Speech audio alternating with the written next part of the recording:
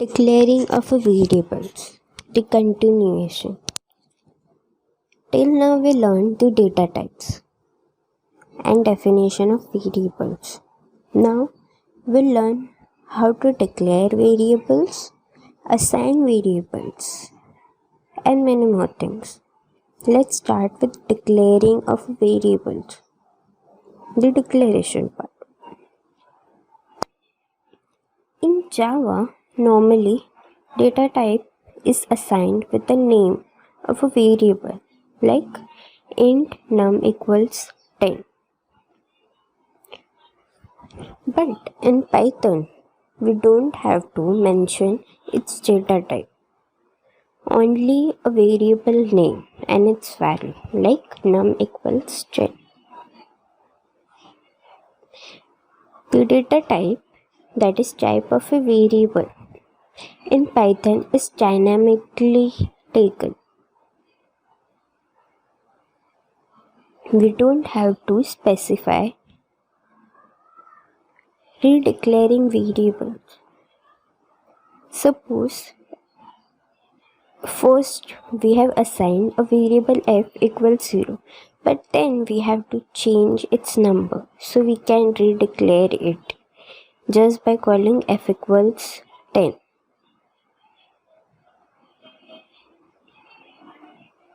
Next is assigning values. Variable name using assignment operator and a value.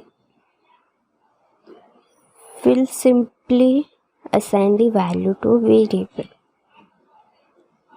We can have a multiple assignments separated by commas or multiple variables with single value using assignment operators. Here's the very first program. The program is for swapping values of two variables. Suppose there is two variables, let's say val1 equals 4 and val2 equals 5. We have to swap these values and want result as val1 equals 5 and val2 equals 4. How we'll do this? Let's see. First, assign the values and declare the variables like val1 equals 4, val2 equals 5. Here we are using temp variable, the temporary variable, the third variable. Temp variable is temporary, which will be vanished once we end swapping the two values.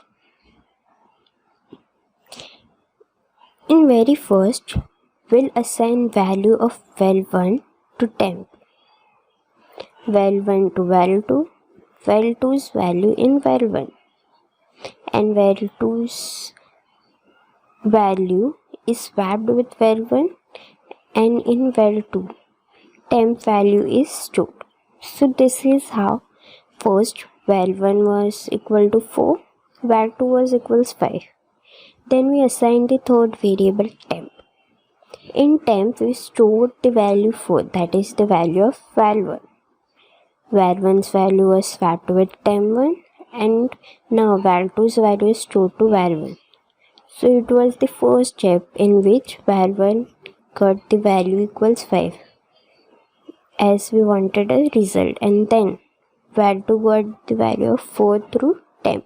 And now this temp variable, that is temporary variable, is vanished by Python automatically. Next is concatenation. Can we concatenate string with text? Yes. How? But let's see.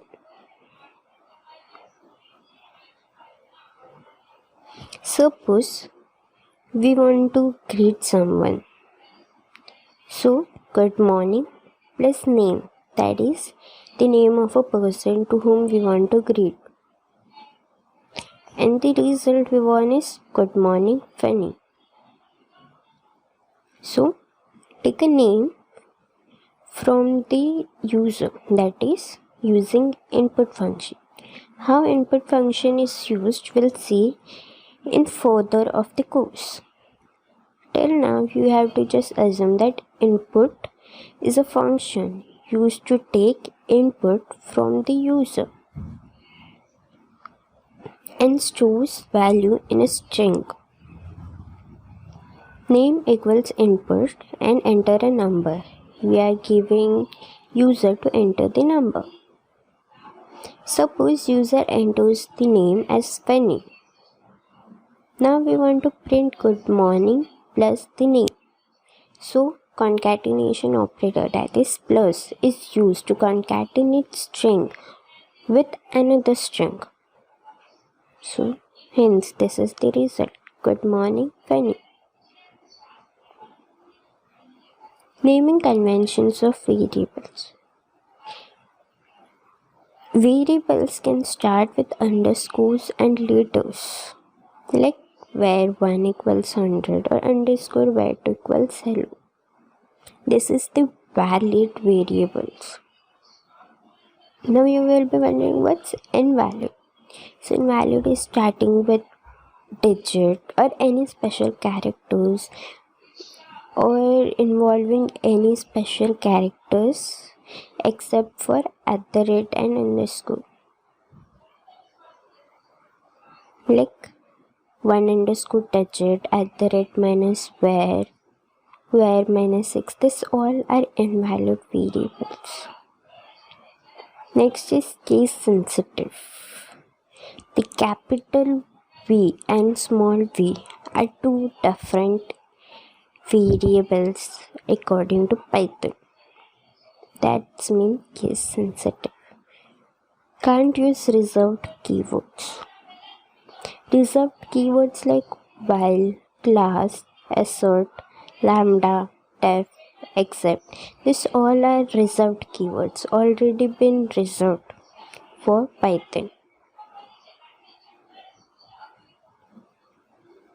Type conversion. There are two type conversions.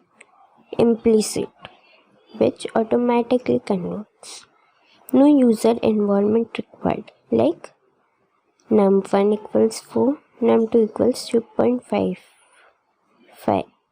When we want to sum this, num1 plus num2, we can easily convert it. Next is explicit conversion.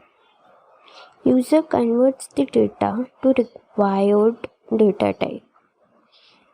It is also called as typecasting. Conversion of higher data type into lower data type. Example, when we are taking input from a user, that is an integer is taken from a user. Example, enter a number and user enters 5. The input function takes input as a string and stores it into a string. So while using int, which is stored in string, we have to convert it using converting functions like int, float, whatever method or whatever data type you want to convert. Here is mul equals 25 into the entered number, and we multiply both the numbers and result is 125.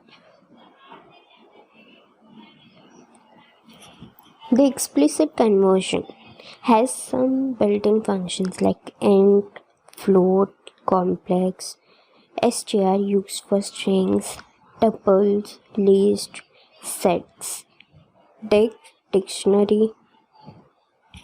These all built-in functions are used for data conversion or data type conversion.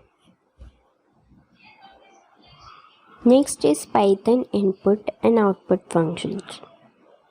The input function, the built-in function input, is used. This function by default stores data in string, which we have used many times in before. The output function is print.